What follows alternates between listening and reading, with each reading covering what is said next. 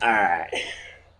So, my first question that I really want to get into is because we have these conversations all the time, but the question I want to ask you the most is, in your own words, can you describe what communism is?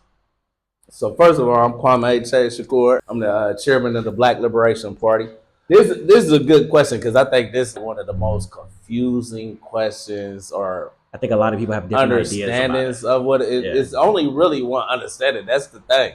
If we look at the world objectively, scientifically, there's only one world.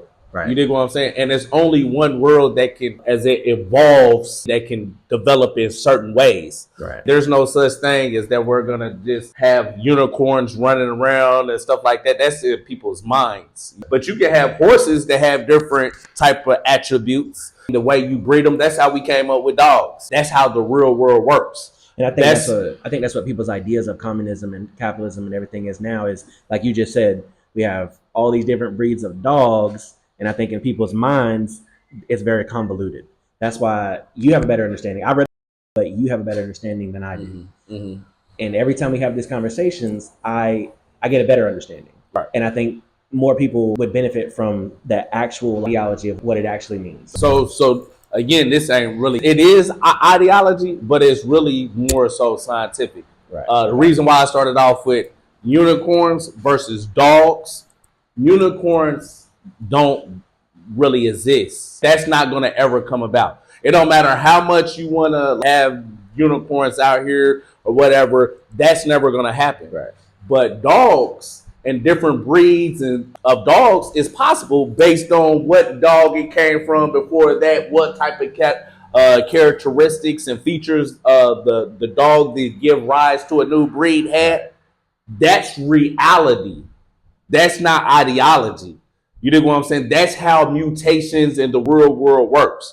So to understand communism, you got to first understand the difference between unicorns and dogs evolving to become different breeds. You're saying the practical application, because a lot of people that's why Frederick Engels wrote when he was about socialism, utopian or scientific. Right. Oh, okay. Unicorns or real stuff. You dig what I'm saying? Because even the people that believe in communism, I think a lot of them have a very imaginary ideal of what it is. It's a dogma to a lot of them. There you go. Even I say it right here, a lot of communists out here, to me, I feel like are really idealists. They believe in unicorns. Yes. It don't have no conception to deal with the real world. That's the difference. Same thing with the capitalists. Well, I'm just speaking about this because we talk about communism because according to capitalists, we're already in the best society. But again, unicorns in their way of thinking, but every system is going to be like that. It's going to conserve itself.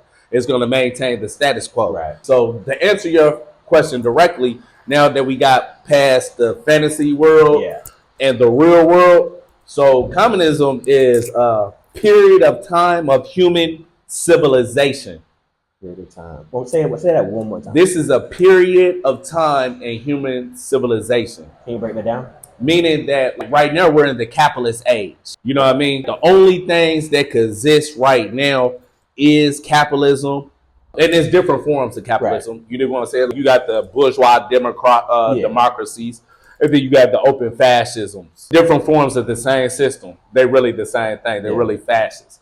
But when you look at the other alternative is socialism. You know what I'm saying? You can have socialism in this time and period because you still have nation states, you still have national borders, you still got divisions amongst humanity. We look at ourselves, even though we're 99.9% the same species, we make a big deal in this area of race, which really is not a such thing.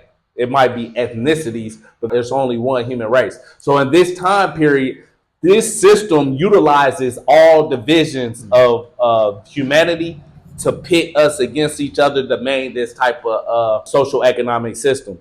So because of that, the only thing that can come out of that is the dog giving to another breed Right. that speciates and becomes another something that's totally different from this, Husky. but it's still tied to this in some ways. Huskies, German Shepherds. Right. So this is how social economic systems evolve too. And if we start thinking of these social economic systems and how they come about, how slavery came about, then feudalism, then capitalism, if we think about it scientifically, we see it has to come from its former self. Right. So it's going to have characteristics of its former self in the new thing. Just like any new breed of dog is going to have some of those same characteristics in its parents' background. You know what I'm saying? Just like the dog and the wolf, it's going to have some of those features. So I'm saying that to say, to understand communism is a jump. You dig what I'm saying? From where we are now. Way far ahead of where we're at now. Oh, so that's why in previous conversations you said it'll never happen in your lifetime. It's not going to happen in my life, me and your lifetime. Well, what would have to happen to get there? And also, so are you also saying that people are not prepared for it? No, I'm saying we live You get what I mean? again. You get what I mean by that, right? No, I'm not saying that people ain't prepared, because that's not the essence of the problem. We still have social economic systems that still exist. So to get from point A to Z, you went through a whole lot of other stages. That's not how the real work. That's going to unicorns. Right. You know what I'm saying? That's people that have unicorn mentalities and understanding, but not scientific understanding. Well, can I give you my inception of it? So from my understanding is communism is the control of your labor, your production, all the work and everything that you do, right? Cool. You, the individual. But it's not. I try to explain it the best I can, because even me living in this time period, there's no way I can really capture what a communist society would be. Right. You know what I'm saying? Because I'm limited by my time in history right now. So I can give you an outline. Right. You know what I'm saying? That's what I mean. Yeah, I can give you an outline, but it's going to be so more dynamical than what I can even possibly explain. But it's not no utopia. It's not like heaven on earth. It's always going to be contradictions. Because people are human. But not because people are human. Definitely not because people are human. It's there's always problems and solutions. There's always contradictions. That's what drives life. That's one of the things that Karl Marx was one of his biggest contributions. A lot of people, and this is what I got problems with, European, Eurocentric type of communists and stuff, that make it seem like Karl Marx invented socialism. That's impossible. That's like saying Adam Smith invented capitalism. No, he discovered something that already was there. You know what I'm saying? I'm glad you brought that up, because from my point of view, that's what it looks like. It looks like Adam Smith literally gave the blueprint for capitalism, right? If that's all you've ever really known, and you have no limited understanding of what communism, socialism, or even the human condition is, it very much looks like what you just said, a blueprint, a way of somebody. It came from somebody. It had an exception, like right, the wolf and the dog situation. The dogs came from the wolf is the baseline. But this is the thing about Adam Smith and Karl Marx, and I'm going to explain communism a little bit more. But that's the difference between the wolf and the dog, but also the objective observer. Because the objective observer is going into the wild like a scientist, right? And he's just documenting what already is. Okay. You know what I'm saying?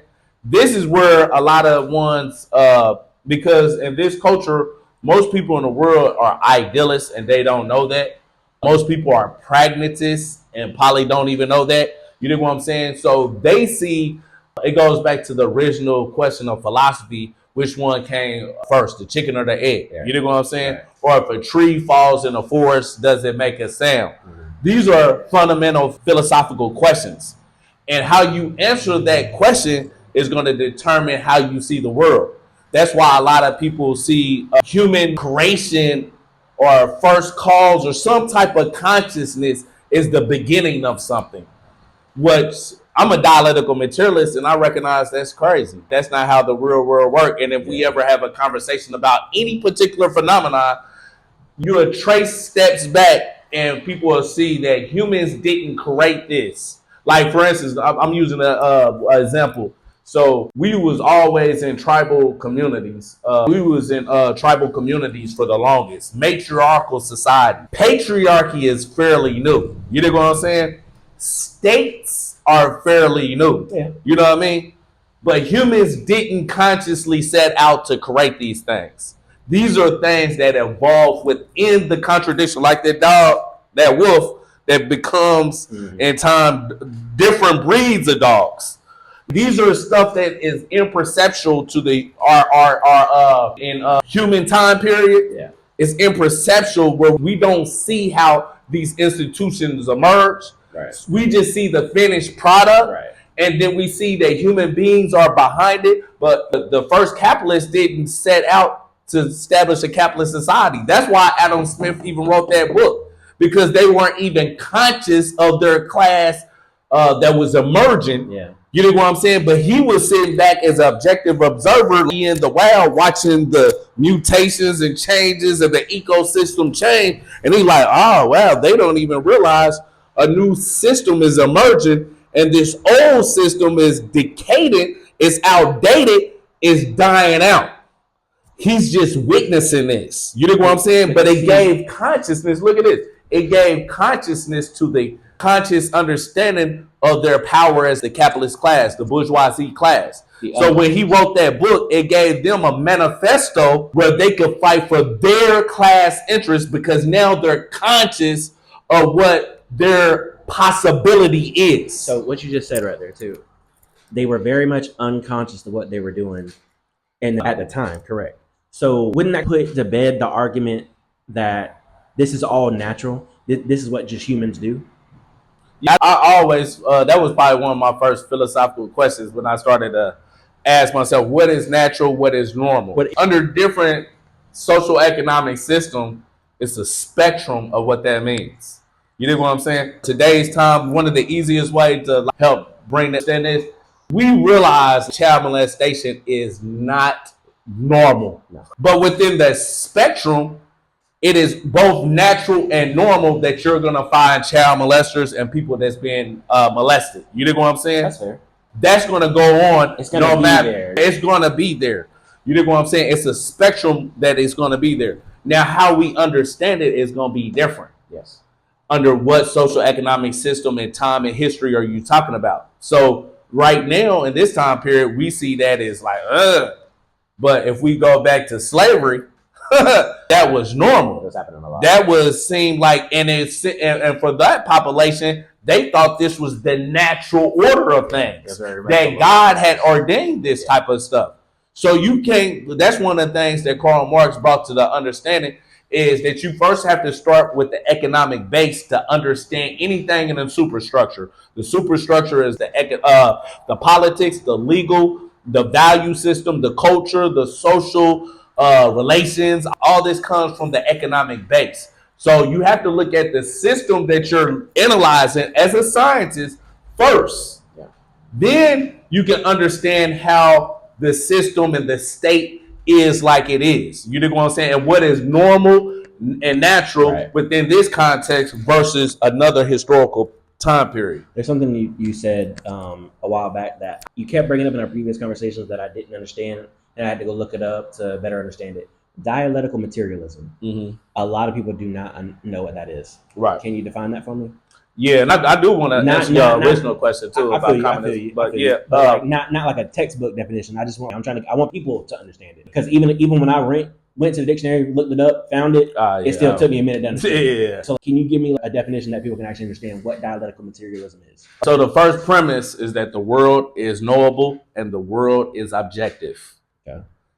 And ever since the Big Bang, all this other stuff, the world is driven by internal contradiction. If we even look into the atom, what gives an atom self-motion?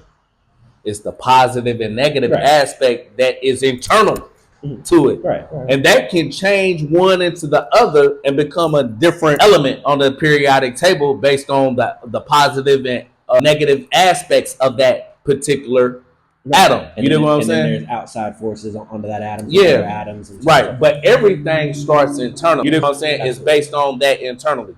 So starting with that is the premise that this is what is the real driving force of all life, is the internal contradiction of all things. So contradictions, it's the system's contradictions manifested in a way where we as human beings are becoming conscious of it, but we only come conscious of it in the superstructure, meaning within the political systems that we have. You know what I'm saying? So when we see elections and fascism coming up all over the world, we're seeing coups and we're seeing wars.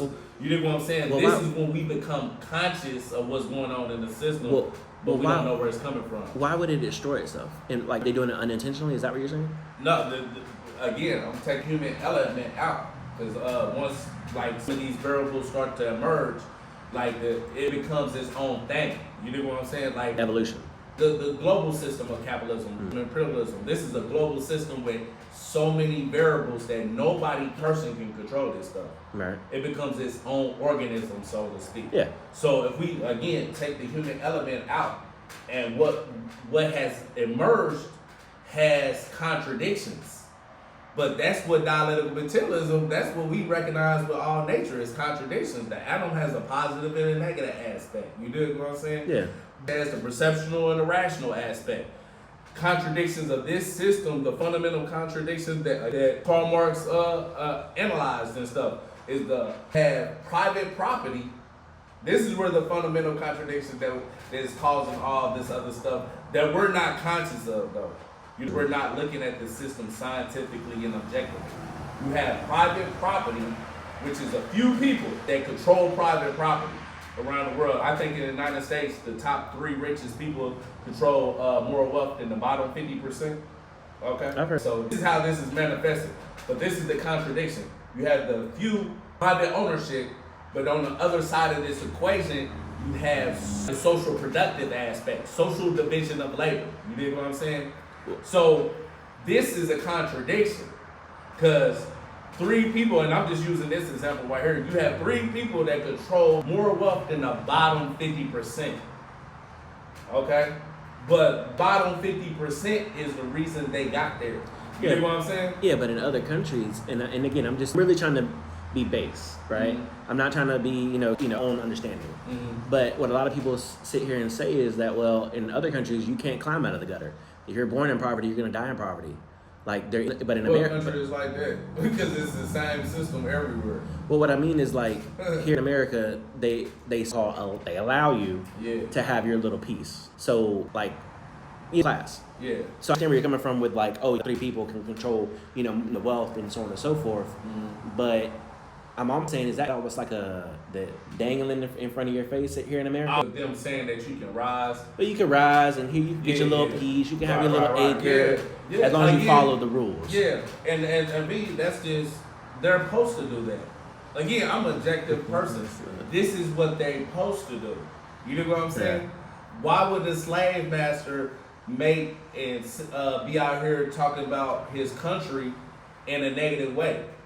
He's going to he's going to have the experts and social scientists and the religious people right there with him, all the experts. That's a part of his superstructure. You know what they're going to tell people in different countries? They're going to be like, look, our slaves are happy over in the United States. Yeah, this actually happened. Yeah. The religious is going to say God ordained this. We're saved in their souls. That's how the system justifies and legitimizes itself. Then you're going to have the pseudo-scientific social scientist. He's going to talk about, well, they're infantile in their thinking. Like this, actually, we're helping to develop the slaves and giving them a chance to survive in a better existence because they're infantile. They don't have the same type of level of intelligence as the white race. You know what I'm saying? I feel you. The system is always going to have within the superstructure, again, the social sciences, the philosophy, the pseudoscience, because now you got scientists out here talking about climate change don't exist. You know what I'm saying? The system is going to always protect itself. So, I guess my question too, another question I have is, don't they almost have to do that here in America because we're such an armed society? I'm not saying we're awake to what's going on. I'm very much saying we are very asleep. But what I mean is because we are such an armed society. Because when I look back at history, I look like, in Russia they took the guns away. What they did in Germany, they took the guns away. What they did in England, they took the guns away. Every time they take the guns away, it goes into fascism, like you're talking about. So don't they almost have to keep us like docile, asleep? This is the reason. Yeah, because America individuals own 48% of all the guns that exist in the world. So what's your main question? Like, my main question is, don't they almost have to dangle that carrot in front of our face because we are such an armed society? Because we can overthrow. Well, and if they don't do that, like I'll give Roman, right? They built the Colosseum. Yeah. They gave the gladiators. They gave the shows and entertainment. Yeah. Very much like we do today. The football, basketball. Right. The all of a sudden nonsensical, BS. Like, don't they have to do that because we are such an armed society? No. Okay, but if they don't have to, I'm not saying they have to, but they do to keep us docile. Yeah. Oh well, out of necessity. Out of necessity, yes. To keep us docile and not to recognize what's going on. Absolutely. Yes, that's exactly. Okay. But does have to do that? No. That's why this is a conversation I was having with the brother in there. That's why a lot of us can't wrap our minds around that. We're living in a different age of capitalism in this country. Like, fascism don't do that stuff. You know what I'm saying? It only needs to do it to an extent and for a particular demographic. You know what I'm saying? That's it.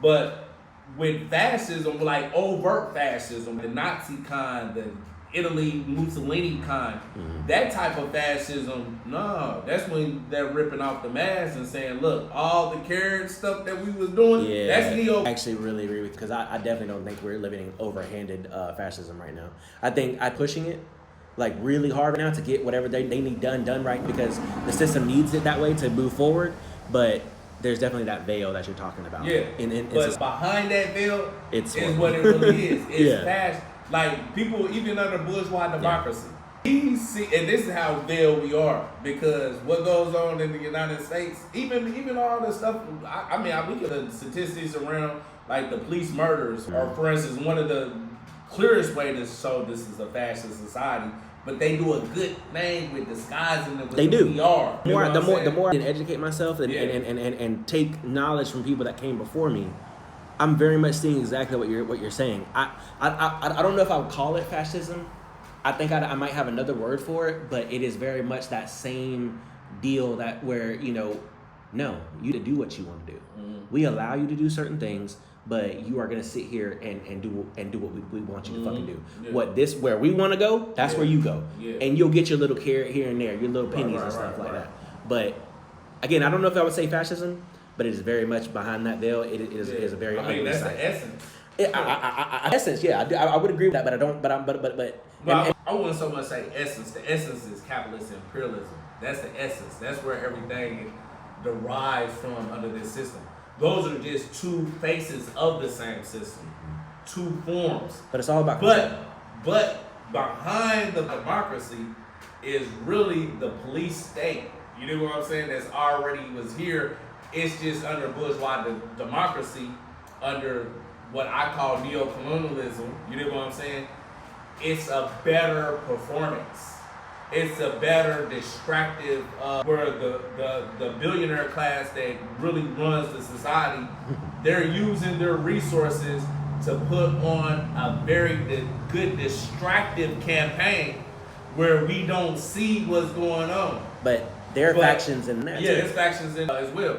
You know what I'm saying? Like, a lot of people, I make a particular point on this, because a lot be talking about Trump and stuff like that, but they don't realize, like, Donald Trump he's a part of a bigger thing, entity. He's very much on the strings. Agenda. You know what I mean? Hitler could come to power is because he had the industrialist class that was. Yeah, I remember reading that. Yeah. So, but when class turns against you, then you're sacked. Yeah. You know what I'm saying? That's what happened to Mussolini. You know what I'm saying? I think that's what happened to Trump in his first term. Yeah, we saw Trump that, and they was thinking about like permanently. You know what I mean? And then they got to come back. For some reason they started, and I ain't gonna say for some reason, they started seeing in the world there's purposes, the dynamics that was evolving, and how the world was changing. And the billionaire class, which he's a part of, this is one of the things they're realizing. This is one of the first fascists that I know that's actually a part of the class that actually makes the decisions. Like, they don't trust professionals no more. You know what I'm saying? They like, The Democratic Party, Republican Party, y'all did y'all job, but we calling this. That's why he's putting Elon Musk and some of these billionaires in position, because they don't trust the professional representative. They like, look, we taking off the mask. We've been calling this the whole time. Well, if you look at independence and Bill of Rights in a certain light, that's what it was designed to do, for billionaires and billionaires to come in, do some governance, and then step out for a short amount of time. If you look at it from that way, right? Because again, who were the people that had the Constitution in the first place? They were. Yeah. You see the unicorns. Yeah, I feel you. Hey, that's just my point. After all that stuff was over with, what they put on a piece of paper, like they kept on doing what. I mean, that's good. Yeah. I'm one of them type of people that I've got over my emotional aspects. Yeah. I don't have the used to be angry. Now I'm more calculated, like my enemy. I would say I'm bitter. I'm bitter right now.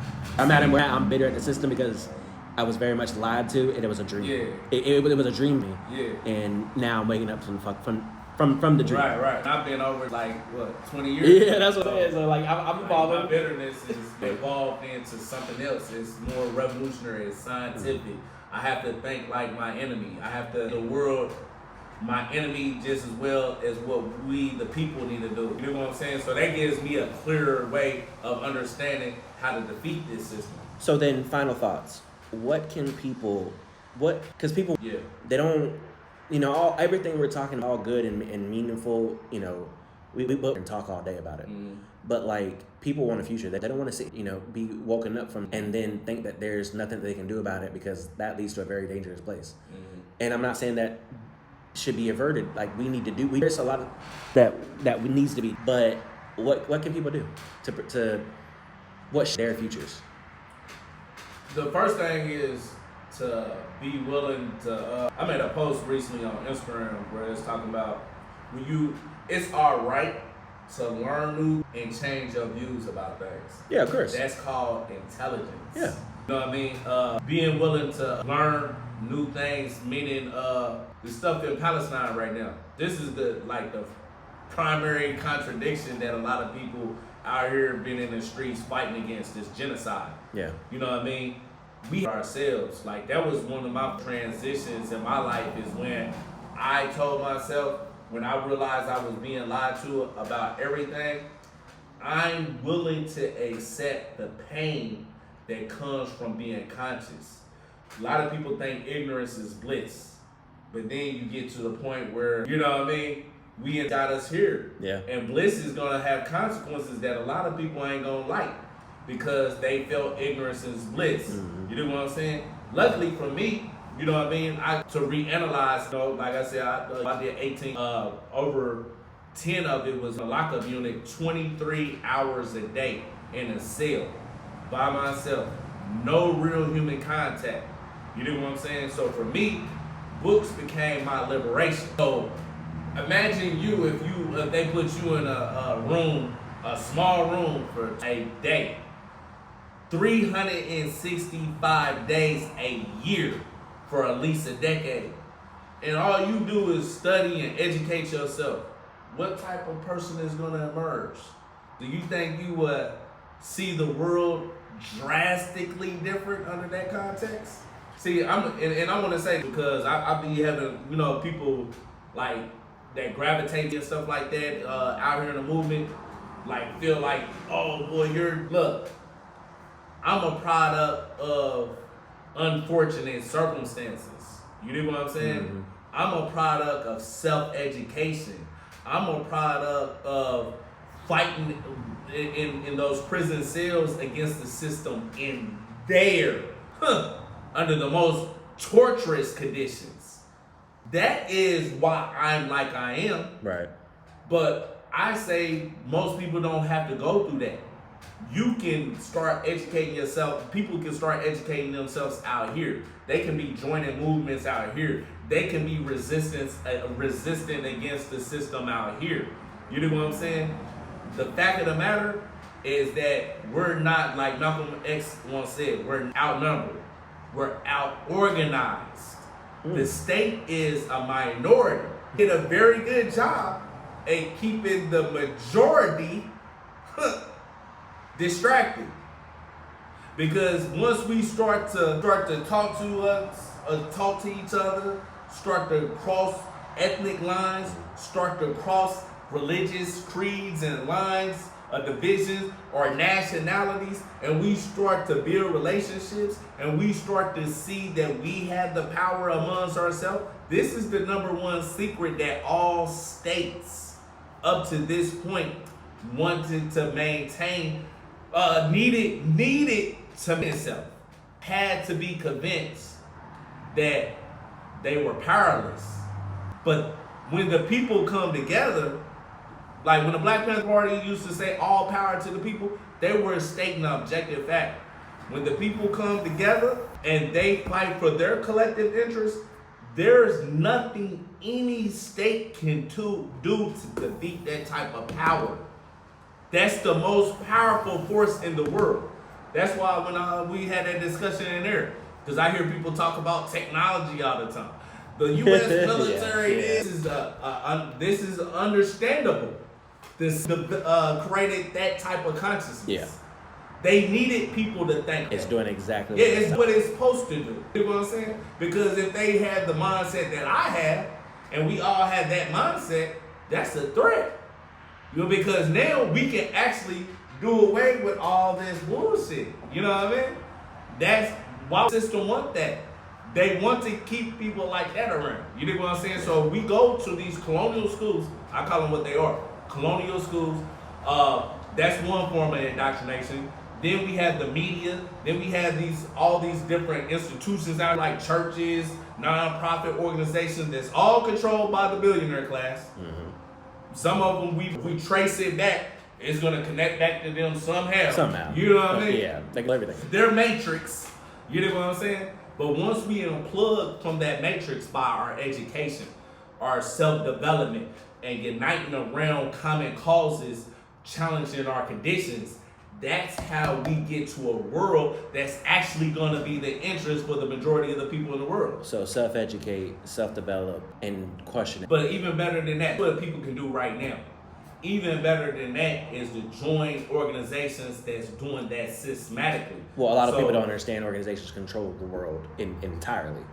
So people don't understand that organizations control the world entirely. Yeah. Like, so what you're telling them to do for now, yeah, the self-development and stuff like that, but also, like, get active. Yeah. Go questions. Go local communities for organizations. Damn it. Oh, no, I gotta believe that. Basically, what you're saying is just go seek education by people that are already doing it. Mm-hmm. Like these organizations that you're talking about. Like, matter of fact, how can people, I wouldn't say go to you, but how can people find you on social media and stuff like that? What organizations would you tell people to kind of go to? Okay, that's a good question. You can find me on Facebook, Instagram, Kwame, Kwame, Che, Shakur, Shakur, on Instagram, Facebook, also YouTube. I got a YouTube channel as well. As far as organizations that I would promote, and I've seen a lot of these organizations that ain't what people think. Yeah, you ringer. Yeah. You tell me, and I'm just like, and really, when you want to be telling me, sometimes I'll just be watching and be like, damn, man, that was some bull. That was dang, man, that was some bull crap that you just went through. Right. But so from your what someplace good places to go. Some of the best out here that's really fighting for us, and I'm only speaking about them that like I work with directly now. You know what I'm saying? Like if you're in St. Pete area, you have the Yahoo movement, Chairman Yesha. But there's different aspects of their movement. The African People's Socialist Party is the party. They have the Solidarity Committee for like some of the white comrades who want to join on board to work together to fight this system together. I want to say it's their committee. But the Yahoo movement is a movement that has been around since 1972. One of the few organizations that was able to outlast the repression of the U.S. government. Just because this is happening right now, and the Democratic Party, this is why I be saying, like, people be thinking it's just Republicans. You know what I mean? The Democratic Party actually, Rule 3 was its chairman, Omali Yeshatella, Penny Hess, being agents of Russia. I went to their trial. I witnessed the main FBI agents say they didn't have no proof that they were agents and that they always had this since their inception, the views of how they have the world and stuff, how they look at the world. You know what I'm saying? I attended their trial. You know what I mean? But they threw out the charge and got hit with the conspiracy. Like, it don't make no sense, but it's trying to put them away for up to 5 years. They're facing up to 5 years, go to court December the 12th. But I still think that's one of the most strongest movements. That's the movement that also did the funeral of Huey P. Newton, the Minister of Defense of the Black Panther Party. If it wasn't for the Uhuru movement, we might not even know the truth about the Black Panther Party, because they helped set the record straight too. I mean, it's been a lot of blacks that's written books and stuff up to this point, but they played a fundamental role, and I think they should be respected by history, that they played a fundamental role in this country within the Black Liberation Movement. Where can people find them? You can find them in St. Petersburg. Put in your phone, Uhuru House. Their address will pop up. They have rallies. It's kind of like a meeting. And it's 4 p.m. every Sunday. So if you're in the St. Pete area, Tampa Bay area, Tampa area, you can go over there to the Uhuru House Fellowship. There's food afterwards and stuff. Do they have a social media presence at all? So you can look up Burning Spear TV. Is one that's on their YouTube channel. Okay. Hands Off Uhuru. Uhuru is spelled U-H-U. It means freedom. Gotcha. So Hands Off of Uhuru. All right, go ahead. So the other group I would say was the Black Alliance for Peace. Jamu Baraka is the leader of that movement. It's really like a coalition of various organizations. That's also a great organization. They have the Black Agenda Report that you can search for online to keep up with the articles. And they also have the Black Liberation Media on YouTube. You can follow them on there and learn a whole lot. But those two organizations, as well as my organization, we're currently not recruiting right now. But those organizations, if you're in the Seattle, Tacoma, Washington area, and they have chapters in other different places, the Black Panther Party of Tacoma, Washington, under Bunchy Carter. That's another solid organization out here, revolutionary organization. You got the Poor People's Army out there in Philadelphia, doing great work around a whole host of issues, but especially around housing and stuff like that. So those are a couple organizations I say check out that I put my own stamp of approval on. And thank you very much for doing this interview. And I know it's your last one, but man, you be killing them in these interviews, I gotta say. All right, man, y'all take it easy. Appreciate it.